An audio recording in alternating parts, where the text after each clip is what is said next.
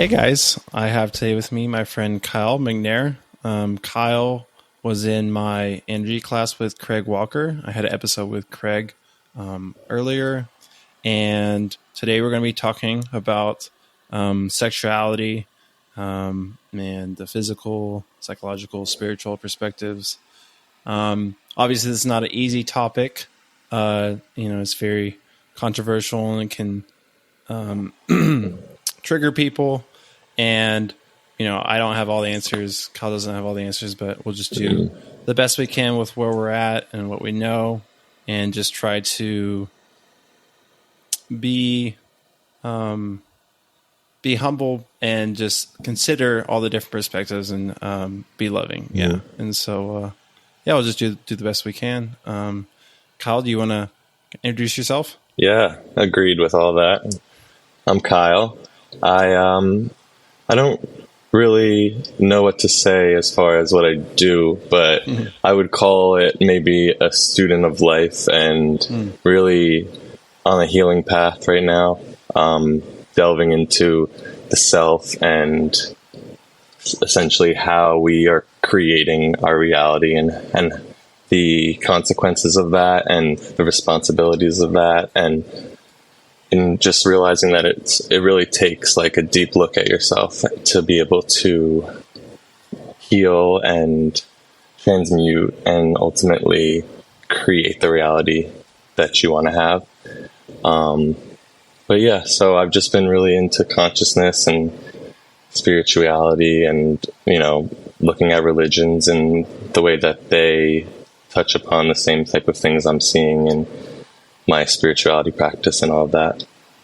Yeah, that's great.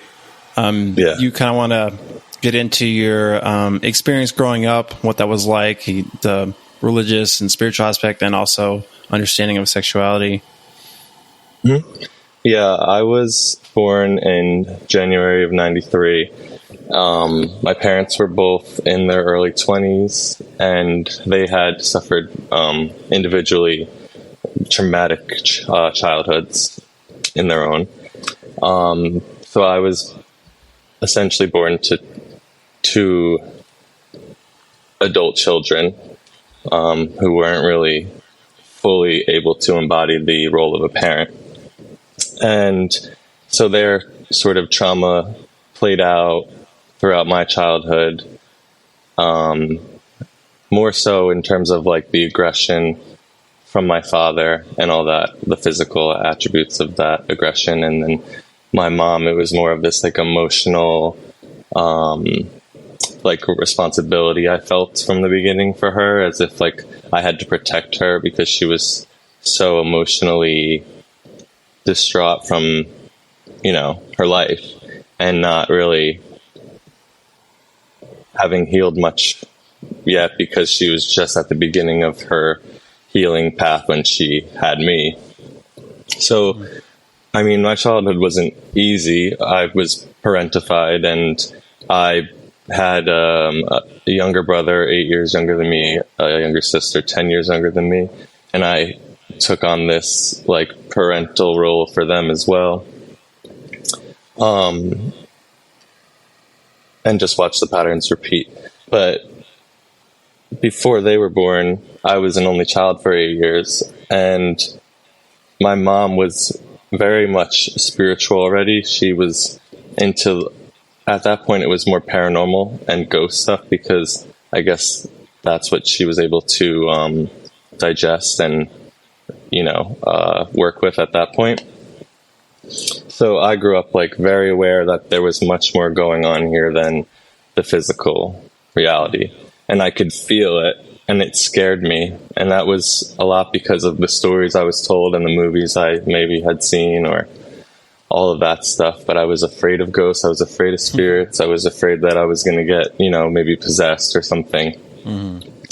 And these were real fears for me as a kid. So it really kind of shut me off to like that feeling part of myself in that way. And then I was also shut off to the feeling part of myself from, the attitude that my father carried in opposition to being queer or, you know, he was probably under the assumption he was going to have a son he was going to be able to be like a mini him, and, you know, and I just didn't come out that way. I was with my mom all the time, and he wasn't really around. So it was like almost kind of inevitable that I would be more feminine, because I was only getting that, you know, part of the parental umbrella. I wasn't getting what I needed from my father. So it was like this overcompensation from my mom, who was emotionally disabled at that point. And the reason why they were so, you know, distraught emotionally and unable to be like a solid parental figure was because my father's dad had committed suicide at my dad's age of 17. And my mom grew up with a very complex situation. I like to compare it to Cinderella, even though it's even worse. She had her and her brother their mom had gotten paralyzed by going off of a cliff on the back of a motorcycle when they were only 2. And the father left the mom for the nurse that was taking care of the mom and moved them across the country. And so my mom grew up with like these 5 like way older step siblings, and this stepmom who told her that her mom was dead and would treat her and her brother like trash, like would make them hand wash their clothes when they had a washer and dryer in the middle of the winter. Like, they couldn't eat the foods everyone else could eat. They could only eat certain foods. They were beaten. It was terrible. So now, fast forward all these years later, she has a child, and it's probably changing her life and waking her up and waking up her physical body. And, you know, so she's growing immensely just from that experience. And so I was like, I guess I've watched my mom grow this whole time, my whole life, through her spiritual journey, which has been very inspiring for me as well.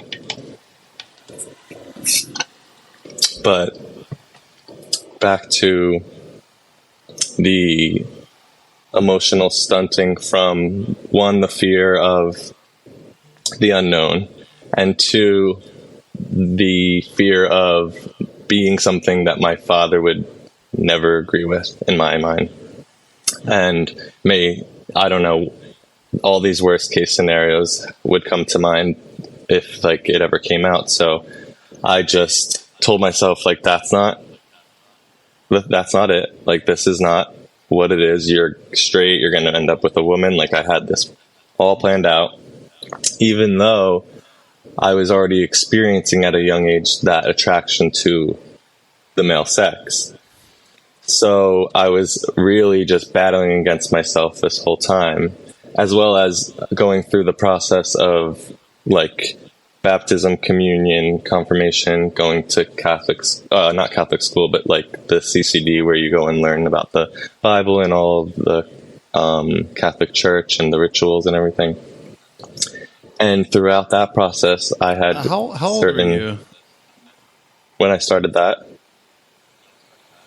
How old were you when you started realizing that you weren't straight?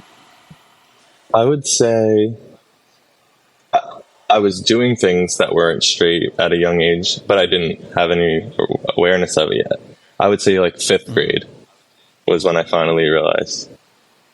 So that's what, 10 years old, 9 years old. What were some of the things that you were doing? So I was like, I guess realizing like I had this like physical experience if I was attracted to someone and it was not a woman, you know. I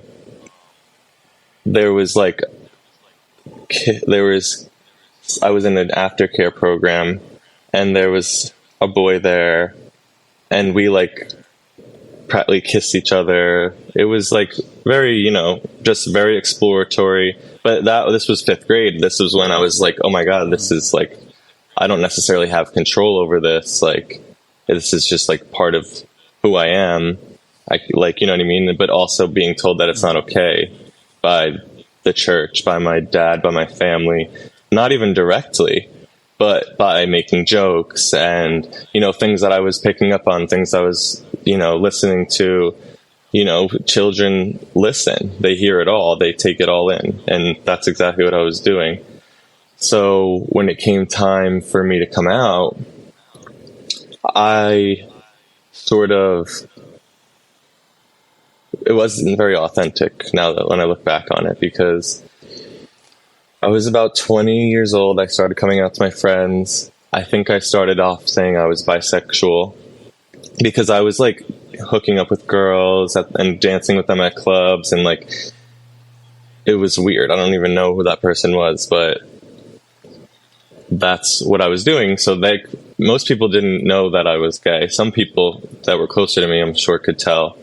My parents said they knew, but when I came out to my parents, my dad was like, why were you afraid to tell me? And I was like, I think I said I don't know, honestly, but when I like think about it now, it's because of all those times I heard those jokes, or he made jokes to me, or, you know, all these different things, them talking about other people. I had a pair of gay cousins or second cousins, and things that I would hear people say about them.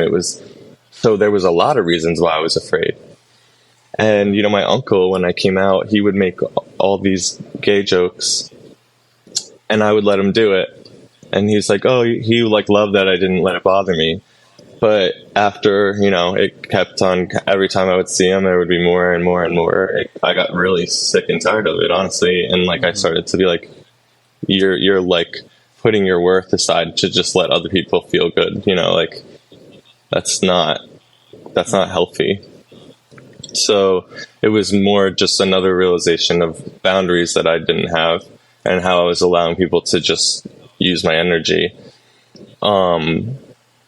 But yeah, so again, going back to that emotional stuntedness, that carried through even after I came out, because even then I was still kind of pretending to be someone, not necessarily knowing it, but I was identifying now as this gay man and trying to associate with this gay culture, and still not feeling like I fit there. Like something about it wasn't right for me. And I was seeing how in the real world, where, you know, there's this structure and certain people are benefiting from it, and many people are being kind of trampled on, and how people treat each other. I mean, specifically how people treat each other. It's like there's a lot of this, like people thinking they're better than someone or higher than someone and treating them accordingly. Or it's the same thing inside this gay culture. It's like everyone's just treating each other like shit.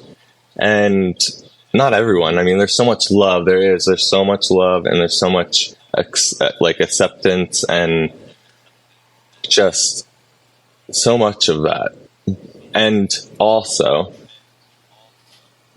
more so in the dating world of the gay community, there's this like darkness, I would almost say. Like that feels very similar to the darkness that we have in our everyday lives.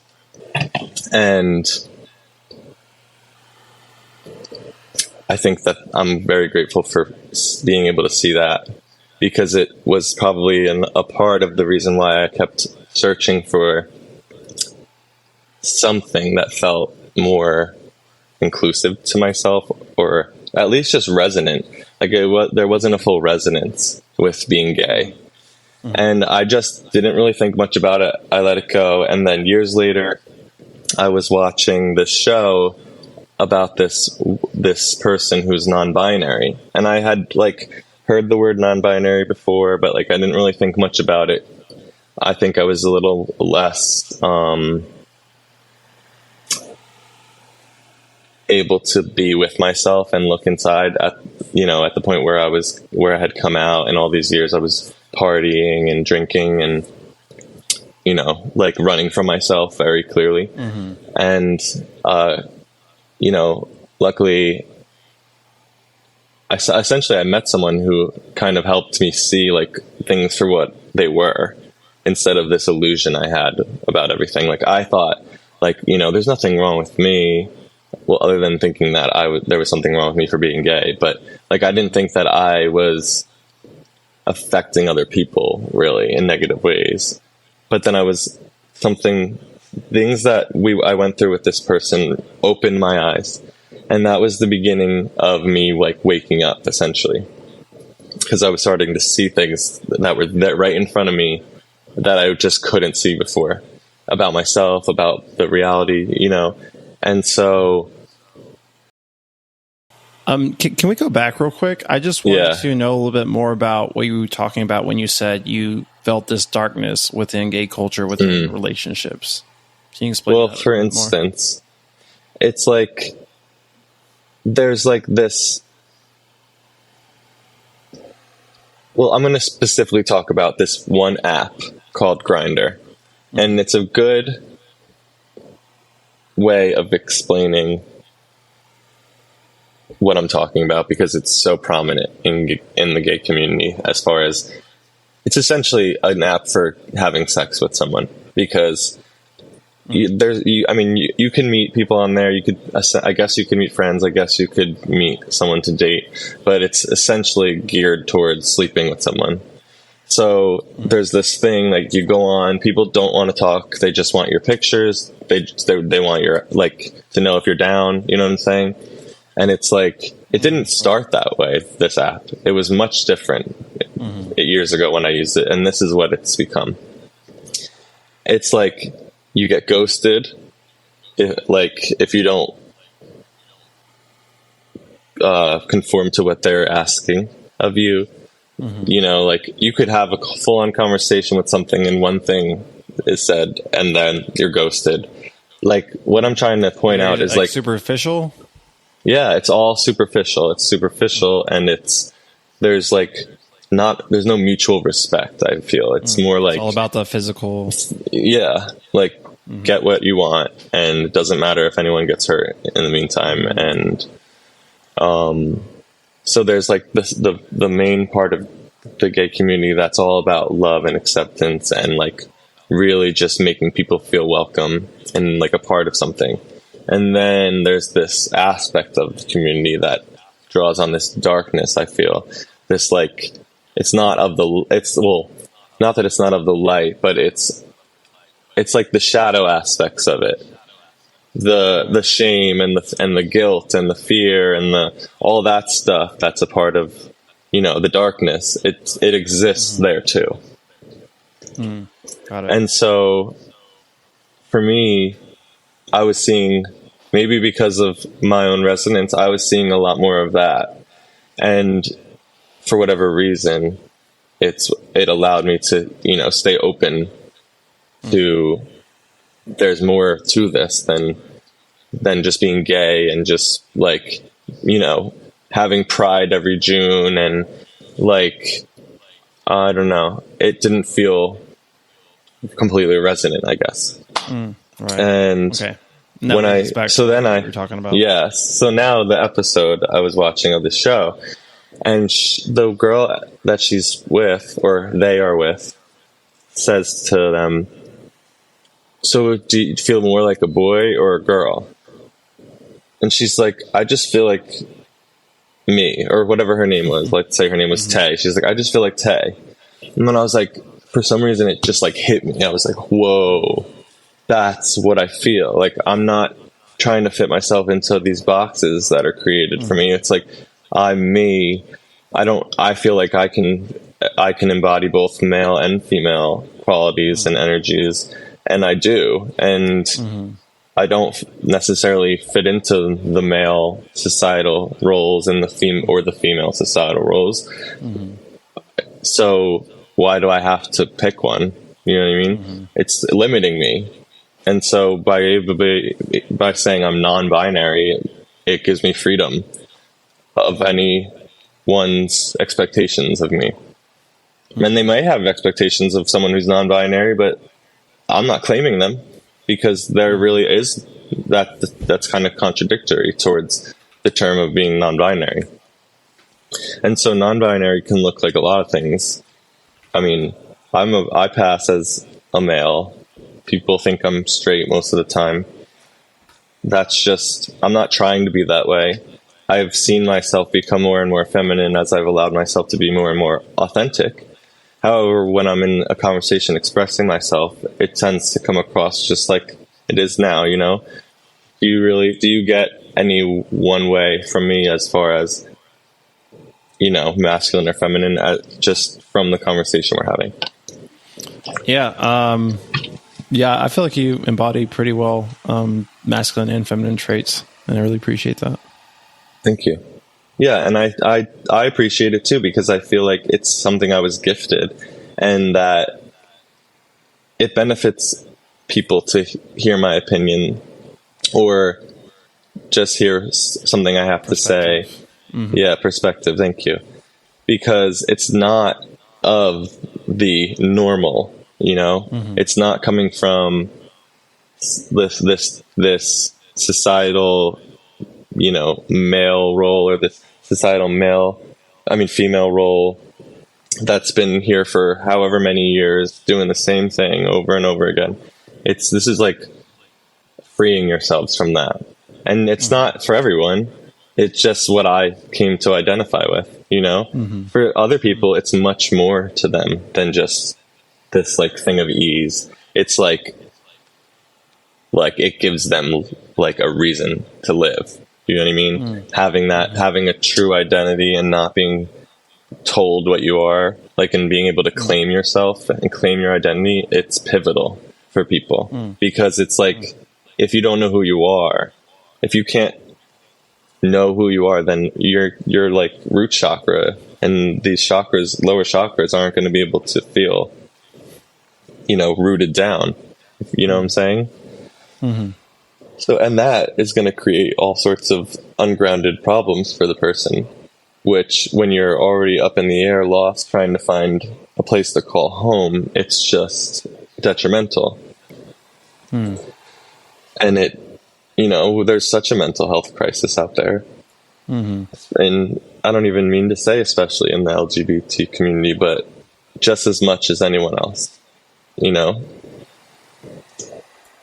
So I think that opening up the conversation to the, like, LGBTQ IA, it's lesbian, bisexual, LGBT, lesbian, gay, bisexual, trans, and then intersex, and then I believe is asexual. But I think that most people just say LGBTQ+, which is also okay. And as we know, lesbian is female to female attraction. Gay is male to male attraction, or it can also be used to describe lesbian. And then you have bisexual, which is attraction to both male and female. Then you have trans, which is an umbrella term for anyone born with the assigned sex of female that identifies as male would be considered trans, and vice versa. Mm-hmm. So if you're born as a male and you identify as a female, and you may alter your body or you may not, that's considered a trans male or a trans female. Trans also includes non-binary. However, you don't have to identify as trans if you are non-binary, so that's a little complicated. Yeah, and there's all sorts of expressions under the term trans. Like, I couldn't even sit here and explain them all to you, because I probably don't even completely understand them all either. Mm-hmm. Intersex is someone who's born with either physical parts or genetics that are not of the male or female, like, dominance. Mm-hmm. And so the doctor essentially would assign them a sex depending on, I guess, mm-hmm. what is being presented more of. Mm-hmm. Which causes a lot of sort of psychological issues for that person, because now they're told there's something, but they may feel differently based on their chemicals of their body and the hormones and the genetics and everything. And so there's this like dysphoria that can come to be. And so there's those beings, you know, they may tend to alter their body or identify and be considered trans by identifying as something different from their assigned sex at birth. That was just a doctor choosing their sex for them. And then asexual would mean that you don't have any sexual attraction to anyone. But there's also, you know, pansexual, and I don't even know, there's so many terms. Right. You know? So, yeah, I guess to go back, after realizing that I didn't necessarily resonate with this gay culture, not that there was anything wrong with anyone resonating with that. It was just that something about it wasn't right for me.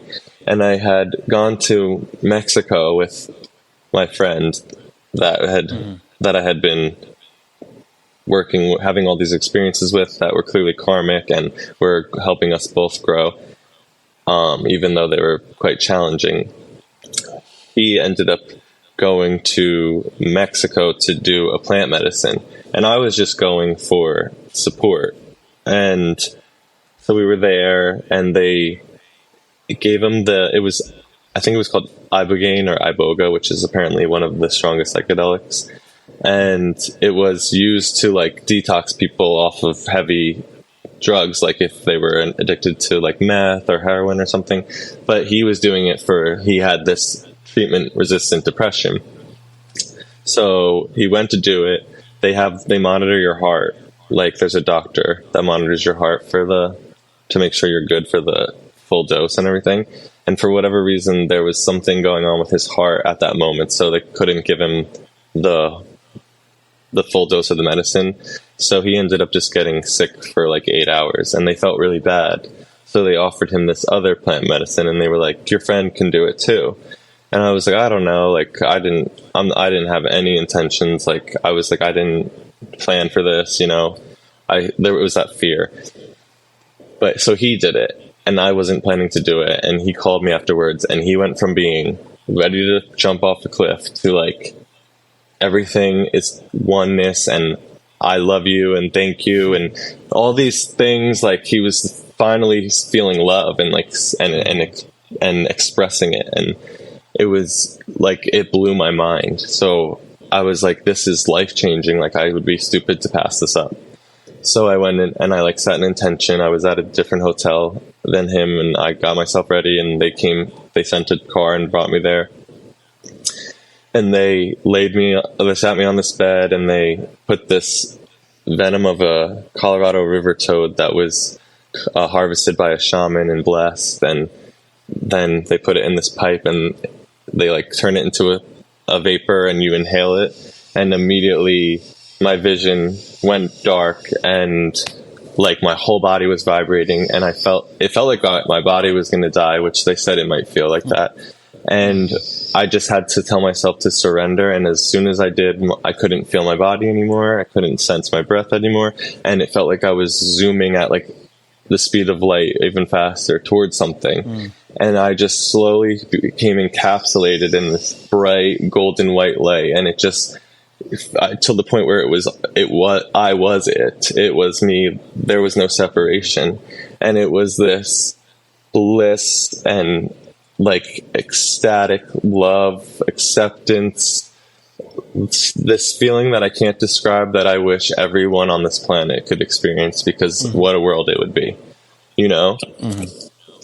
And I came out of that experience, and I just started to see like how everything was connected, and how each person was reflecting something back to me about myself, and I doing the same for them. And even nature, I could see how it was alive and breathing and all connected, and how I was part of it. And it just blew my world open to so much more than I could have ever imagined. And that's really what allowed me to see non-binary for what it was, because it really is about that oneness. It's about everyone is one. We don't have to fit into these societally created norms that were just told to us when we were born. And you know what? It's not that you can't do that. Like, everyone feels free to do what they feel is for them. I'm just saying this is what I feel is for me, and what a lot of other people also feel is for them. And I love that. Mm-hmm. And at the same time, there's a lot of people that don't understand and don't see from that perspective of everything is connected. And they're seeing from the veil of separation and living from a place of fear and shame and guilt. And I'm not judging, because I did the same thing for my whole life, and maybe still have parts of me that do those things that I'm working on now. It's a process, and not everyone is going to go through that process, and that's okay. Yeah, that's beautiful. It's a great experience. Thank you. Thank you. Yeah. It was amazing. I bet. I guess at this point I can kind of talk about my upbringing and my development of my views. So I grew up in West Texas. I was very conservative, very Christian. I grew up, believing that homosexuality and all those things, LGBTQ, was sinful or wrong.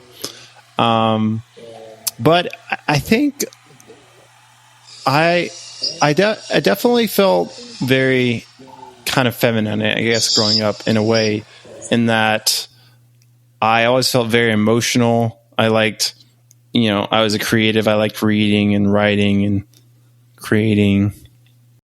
And I always felt drawn to girls more than guys, as far as like being friends and feeling I could connect, because we could talk about, our feelings and relationships rather than like cars, or, I could talk about sports a little bit, but it wasn't the biggest thing. Just I totally relate. I felt like it was deeper. I don't know. It was things I cared about more, thinking about life and stuff like that. And so, I definitely didn't feel like a traditional masculine man type of thing. So, but I was attracted to girls, and so that aspect was pretty normal. But I think so for you, it was more like that femininity was creating like this maybe tension with male figures in your school, and maybe there was maybe some bullying because they were trying to call you like a sissy or something, but really inside, like, that's not, I like girls. And so I could see that being I got very a lot.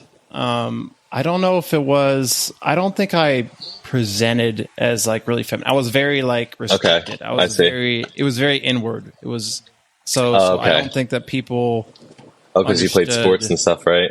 Yeah, I did play sports, but I wasn't always like really good, and so I got bullied for not being great at sports at times. Okay. So I don't feel like the bullying was necessarily about that, but it definitely didn't help. No. Wow, kids are so mean when I think back. Right, yeah. You know, just like kids and adults, everybody. It's an easy bent to want to fit in, and then that causes like tribalism, and then you have to fit this certain mold. True. To fit in, and that relates to sexuality as well. But I was homeschooled, and I went to private school, and it wasn't until high school, I guess, where I encountered people that identified as gay, lesbian, and that definitely was. I would say it was uncomfortable for me. It wasn't something I was used to, but at the same time, I wasn't, going after them or throwing hate at them. It was just I could feel it was uncomfortable. It wasn't what I was used to. Right. I think where things started to change, I had my awakening, and I guess I didn't really think about that part of it, the sexuality, much after that. And it took me years to identify with my experience, my awakening, and accept that it was an awakening. I think once I did, and I started to go on that spiritual journey in 2019, that's when things started to shift. And there was some things happening that I won't get into too much, but it caused my dad to kind of start thinking about the issue as well. And he read some books, and he told me to read them too. One was called Torn by Justin Lee. Another was called People to be Loved by Preston Sprinkle. And that was just about the LGBTQ issues from, well, really, it's probably more about the lesbian, gay specifically. And from a Christian perspective and how they thought about it. And Justin Lee was kind of on the side that that's all natural and a part of God's plan. And Preston Sprinkle he's kind of more in the middle, that he does think it's that acting on it is a sin, not that being attracted itself is a sin, but acting on it is a sin. But again, his book is called People to be Loved, that they have been really hurt by the church and other people, and that they need to be loved and stuff like that. So, I appreciated both books. And, but I think I'm at a point where I wouldn't say like I'm 100%, with a lot of my beliefs. I wouldn't say I'm like 100%, but I do think that, it's a natural thing that, and I don't even like the word sin really. It's more like, is this healthy for that person, or, a homosexual relationship or whatever. And I think it probably is. And, I think about like families, and people debate, about like, do kids need a man and a woman, and, I'm not 100% sure.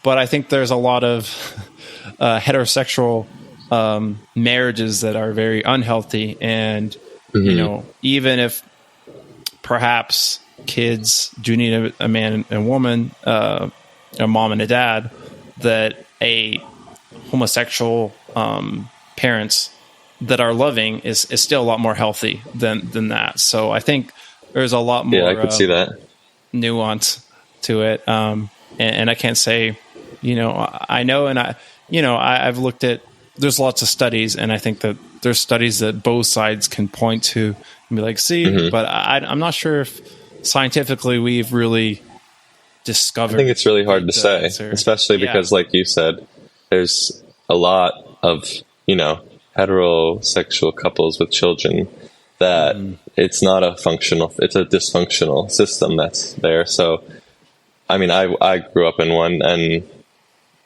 I've seen many people grow up in them and what that's done to them.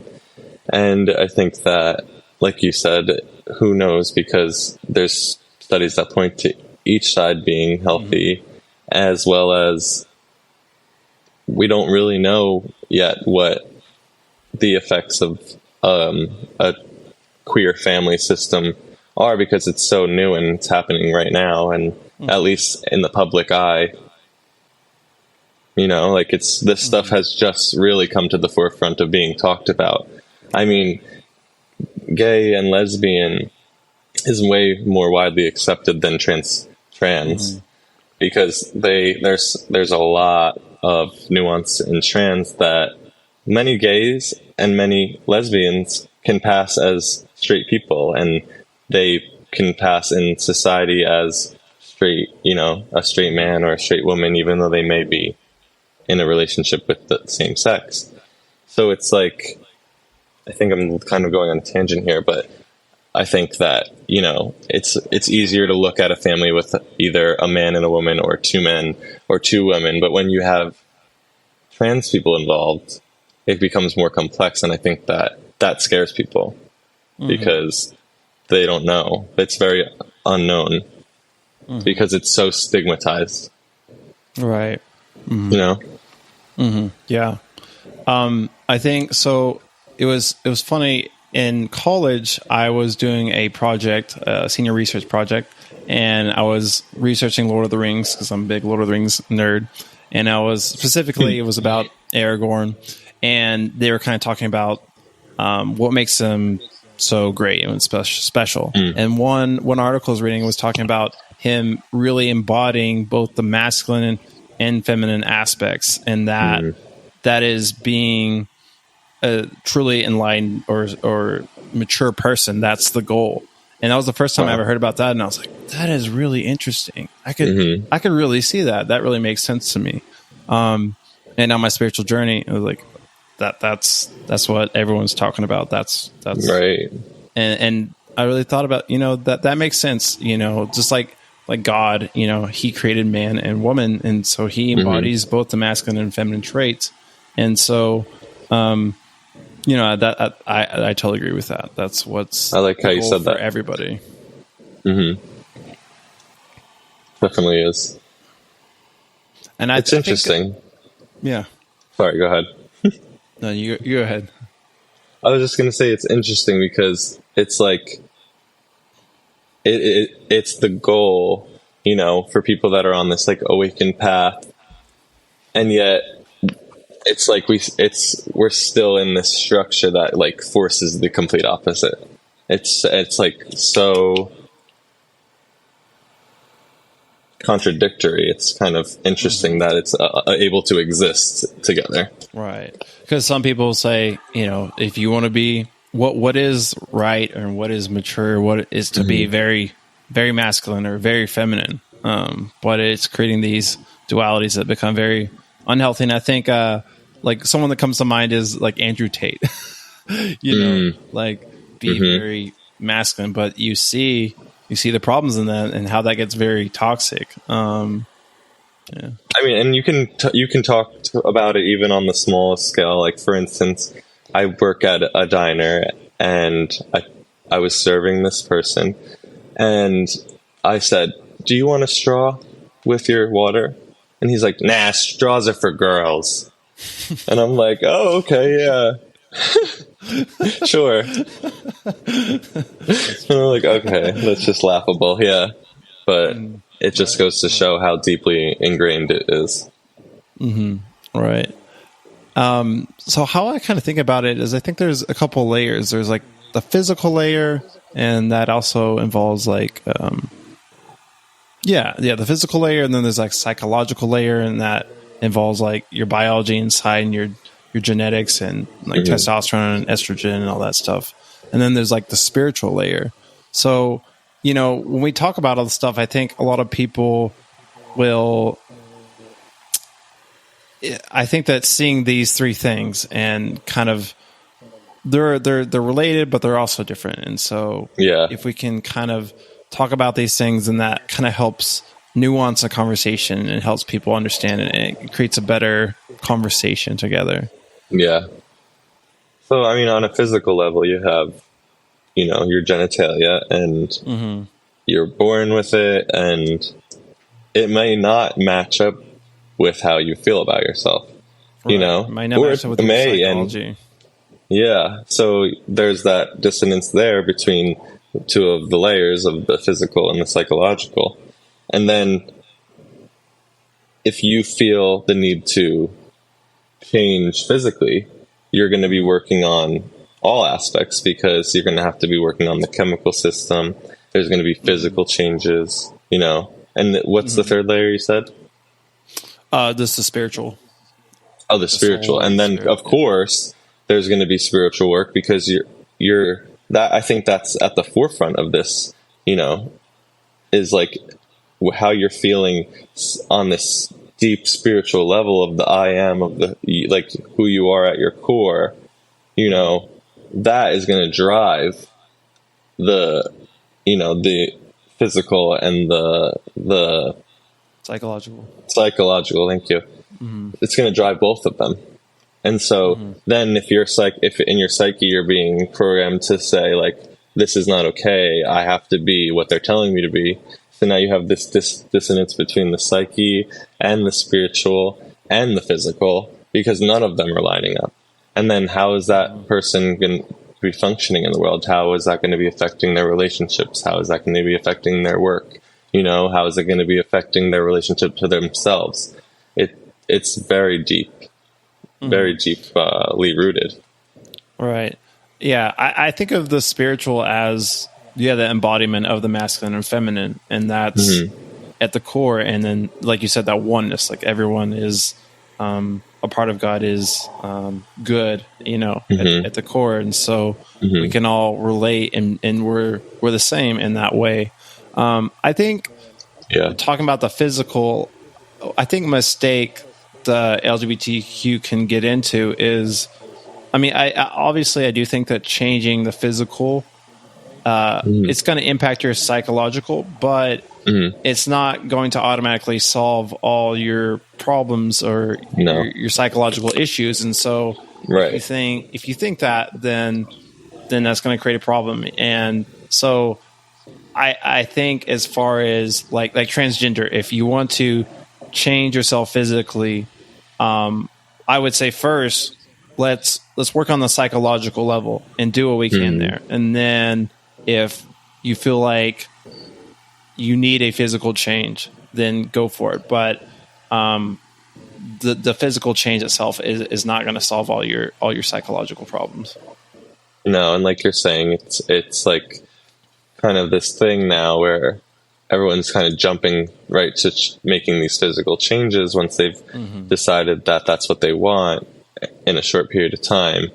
And it's like, really, as I said earlier, like spirituality is at the forefront of a transition, because if it's something that is going to be sustainable and like actually something that you want on that deep level and not something that you're going to change your mind about, then it has to be changed on that deep spiritual level and in that psychological level, because the physical is, like you said, it's just superficial. It's not going to fix everything. Right.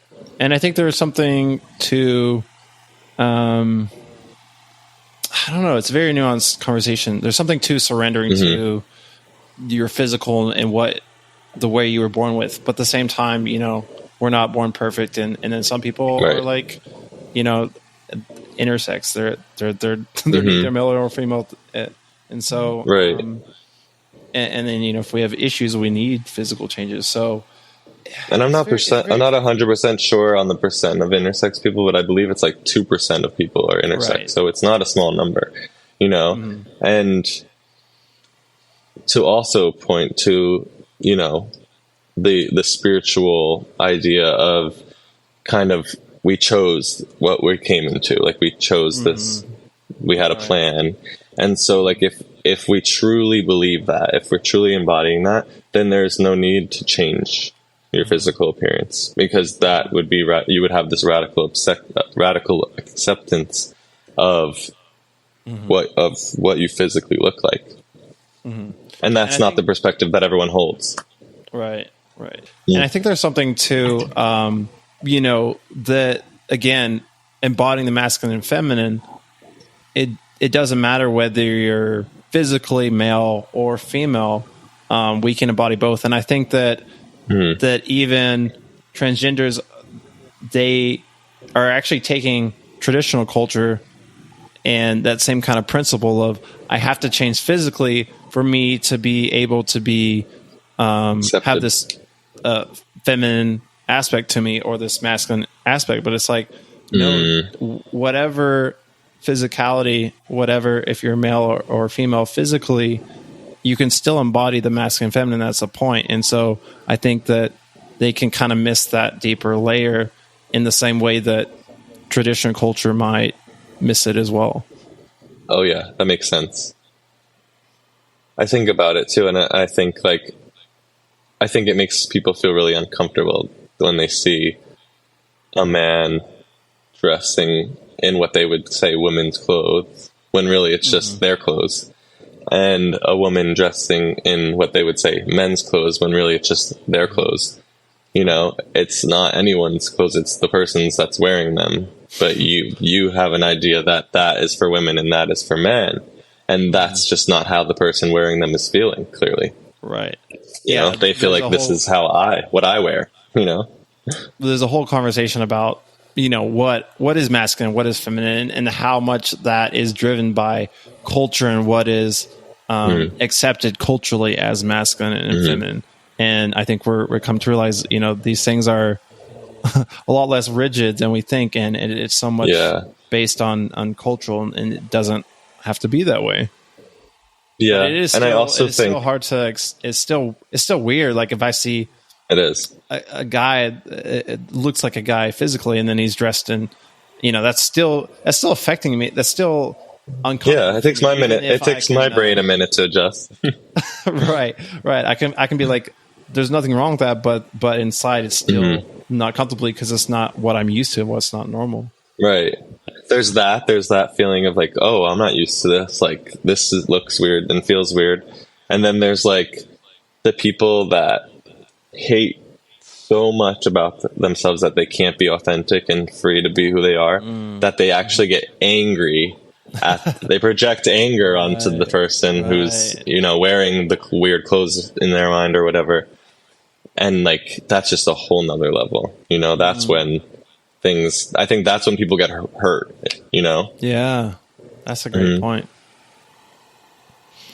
I think you could even say that as LGBTQ is becoming more accepted, we're seeing a lot more people, you could say, try out, be like, oh, am I gay or a lesbian?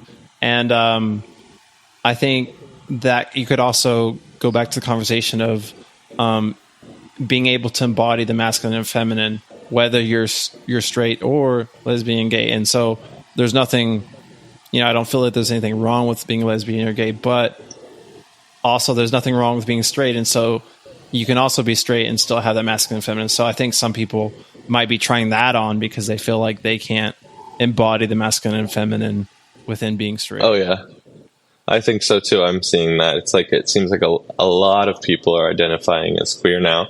And that's great because it's showing that they're getting curious. And I think that that's natural. I mean, if you look back at these ancient civilizations like Greece and whatnot, you can see clearly that they were very fluid in their sexual expression.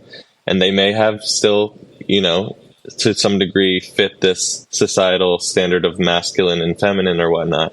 But they were allowing themselves to be free to experience any type of sexual experience, and then decide what they want from there, or just keep choosing it all.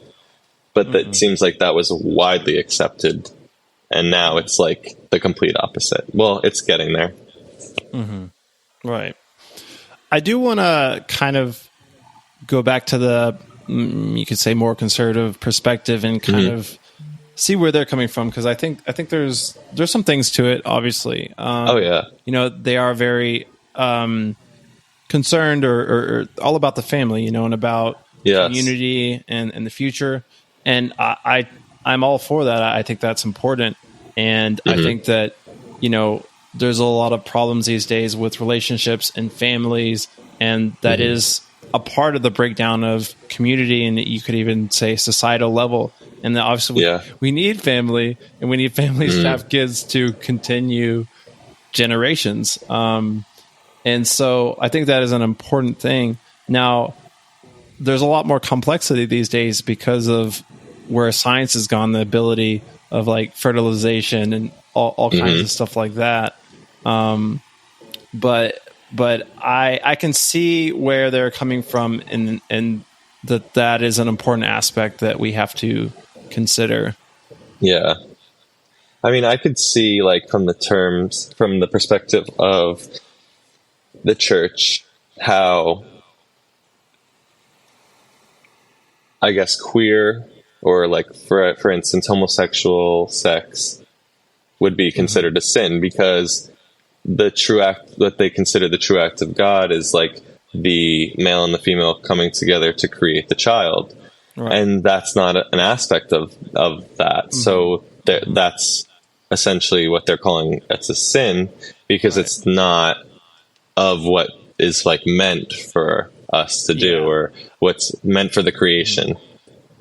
But I do think there's holes in that, because a lot of Christians are saying, well, there's a lot of sex that even within a marriage between a man and woman, that's not just about procreation. And so That's a good point. God also created that for pleasure and for relationship, and not just for procreation. So even Christians, I think, are that's good. Are seeing a more nuanced perspective about that.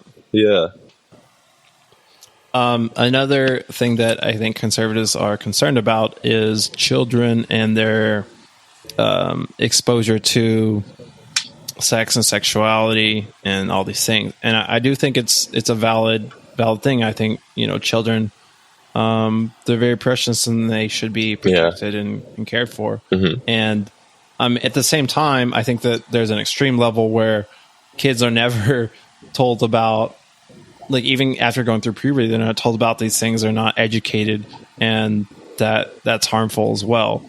So there's two opposite extremes, but it's, when is the right time to talk about sex and gender and all this type of stuff? I'm not sure exactly, but I think that kids need to develop in their psychological stages, and they need to just let be children. And that may mean little boys are playing with Barbie dolls, and there's nothing wrong with that. We don't have to be like, oh, they're gay. They're just little kids. Right. That's something later on to figure out. But at the same time, at some point, it is a conversation to have with your kids and figure out the stuff. But I think that sometimes the LGBTQ culture may be pushing these conversations and the stuff on kids that are too young and are not ready for this. Yeah, I could see that being mostly true. I think that, well, from experience, like growing up, I would play with Barbie dolls. I would wear my mom's high heels and stuff, and like I would be shamed for it. So I was like being told like, no, that's not okay, instead of being like maybe told like, well, this is this and this is that, and it's okay if you like both or something. Like, I think it's okay to have a conversation with the child about expressions of masculine and feminine and what genders are. I think that every child is going to go through these, it's almost, I think, can be a little intrusive to start talking to a child about the rest of it, like sex and like identifying as one or the other, because they don't even know what's real until like age 7 or something. Right. So they're gonna have those fantasies and these times of playing like, oh, I'm a girl, or I'm a boy, or maybe even I'm a cat, and that's just a part of being a child. Once they're to a point where they can actually like start to think critically and know logically what's real and what's not, then maybe introduce to them a little bit more of the information, like about maybe if you don't feel this way and identifying this way. You have to build it. You have to work with them. You have to grow with them. It has to be a process. It can't just be like, oh, we give the kids all the information and let them do with it what they do. It's overload for a child who doesn't know what's right or wrong yet. Right. Yeah. That's a good point. So there's like certain pieces that you can introduce, I think, as you would with anything. They learn in steps. You spoon feed them, just like you kind of have to spoon feed adults information sometimes. It's just what the brain can accept. And I just can't imagine a kid who doesn't know logically what's real and what's fantasy, expecting them to decide on whether they want to go on hormone blockers or if they want to go through puberty, or it's like you've got to introduce an aspect of it for them to play around with, and then ultimately wait until they're ready for the rest of it, is my opinion. Yeah. And that brings up, I've read about, I think like Oregon and some other states, they're trying to make laws, or they have about, like kids can go around their parents to make these changes and become transgender, these physical things. And it's like, man, I don't agree with that at all. I think that's really messed up. They're too young to understand, and also, you know, the physical changes are very powerful and hard to reverse, and so that's a lifelong adult decision. And you know, parents may be raising their kids in a way that's not healthy for them, but that's true.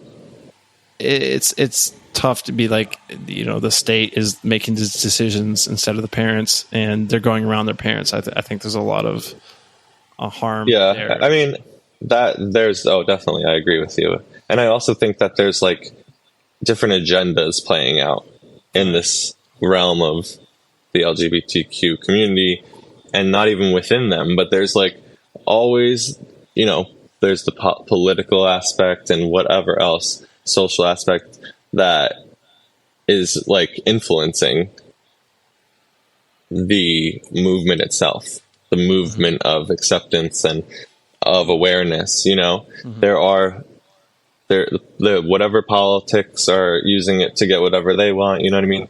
So it's sometimes misleading. Sometimes you can be misled by the information you hear, you know, based on where it's coming from, you know. So it's hard because you might look somewhere and you see them talking about trans people or LGBTQ people one way, and then you might look somewhere else and it's like looks like you're watching from a completely different dimension or something. So it's like, what are people actually being exposed to? What part of the truth, you know? Right. Yeah, that's good stuff. And I think that you find the truth within yourself, really, is when you can think for yourself and feel like what is true for you. Then you can find truth in the world. The last one I'll touch on is kind of the sports aspect, and I think that the LGBTQ can, in their pursuit of you know, thinking about the psychology part and even the spiritual oneness part, neglect the physical part. And you know, there are differences between men and women physically, and men are a lot stronger overall. And you know, I like read an article about a transgender who did boxing, and she like broke another woman's skull, and I was like, these things are not safe. Oh wow! So a transgender woman was boxing another like female and broke her skull. Right. Yeah. Wow. Yeah. Right. And it's like, see, I can totally see that being. Yeah, I can see that. I understand why they want that equal ability to do that. And you know, if I was them, maybe I would want the same thing. I don't know, but. When it comes to like what you said, there are physical differences between a male body and a female body, you know, and you can't really just ignore that. Right. You know, you can't, it's like, it's too complex of a thing to just we're talking about like, physical safety here, and you know, and that I think that takes precedence over the rest of it.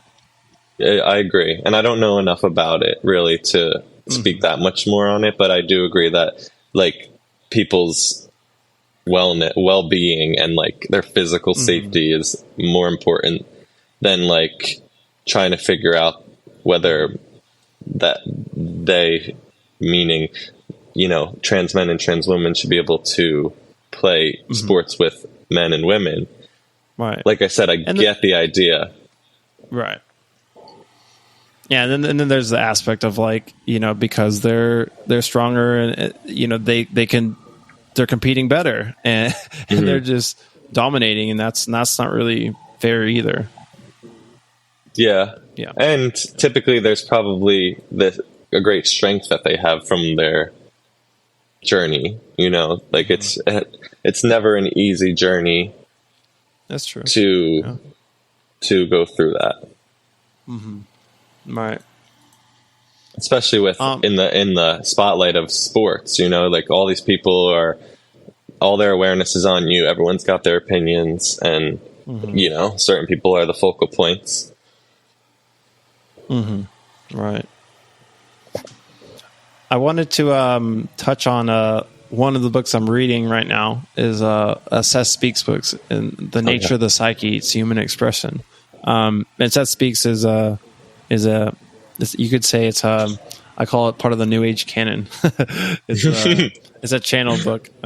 Yes. And, a lot of Christians, won't agree or like that, but okay. yeah, I think they're great books, very interesting, and I was really interested to hear what they said about sexuality. And basically what he says is that humans are born, they're naturally like bisexual, but we kind of choose one way or the other. A lot of people do. And that a lot of, what is masculine or feminine is socially or culturally, yes, it's a cultural norm. And that other times in history, things were much different, and it would shock us today. And it's based on our intent and understanding perspective that kind of shapes things. And so there's more flexibility than what we realize in our cultural moment. Yeah, definitely. Wow, that resonates. That's like essentially what I feel, and what I was trying to say, as far as like we all are like born with this openness, this fluidity to like explore and be curious and like figure it out as we go, not just be told, Right. And I think that if we were allowed to have that freedom, that one, the world would look a lot different, and two, I think mental health would not be as bad as it is, because what you're asking people to do by asking them to conform is to give up their worth and their sense of self and like essentially sovereignty. Right. I think, well, actually we'll get into the next conversation. What do you think about like pronouns? So pronouns, I understand that people need to like be called something that's adjacent with how they're feeling. And so if that gives them, the feeling that they're being seen, I think that can be important. I don't think that everyone takes it that seriously, though. So not everyone's going to completely understand. It's very new. You have to give people the space to learn and to understand and to make mistakes, And so as long as you're allowing that space for people to learn and grow with you, then I think that's great. But you can't just expect people to know it, get it, use it right. And you also can't expect to keep getting it wrong and not trying. If someone you care about is asking you to call them something, certain pronoun. I think based on how I present, I'm like a he, him, but I also like totally love to embrace my feminine side. So I just don't care about pronouns, but some people do. And that's for them, that's important to them. I just got to make a confession, say as a former English major, grammatically, I hate it. I know. I do know this about you. Well, I think I like the idea that we are now, I think it has to go with the whole psychology in general, that we're considering people's inner realities and their inner feelings and thoughts and ways of expression and understanding. I think that's great. I think logically it's kind of a mess. And two, psychologically know that we often change. And so maybe someone, their sexual preferences never change, or their identity or understanding of themselves never changes. Right. That's possible. But a lot of times that does change. And so even calling someone by their pronouns, that could, about Demi Lovato, and Did she change her pronouns? She's gone through a lot of different phases, and she's changed a lot of that, and so that's kind of an extreme example, but just like that can be so messy, I guess. And so to me, I'm like, I like the general idea, but I feel like we should, and it's so hard to, I feel like that we should just call, it should be like it used to be. But I understand what you're saying. I like the idea, and I think that it's important to consider people and how they're feeling and thinking, and hold space for that. So I think that's important, but also I think that there can be a militant, you have to call me by that or accept me for this. No, I agree. Blah, blah. It can be taken too far, and people, like I said, aren't necessarily taking it seriously, even the ones that are using the pronouns themselves. So it's like, it's just too inconsistent, I think. And so I get both sides, but I do think it's important for someone to feel seen and heard.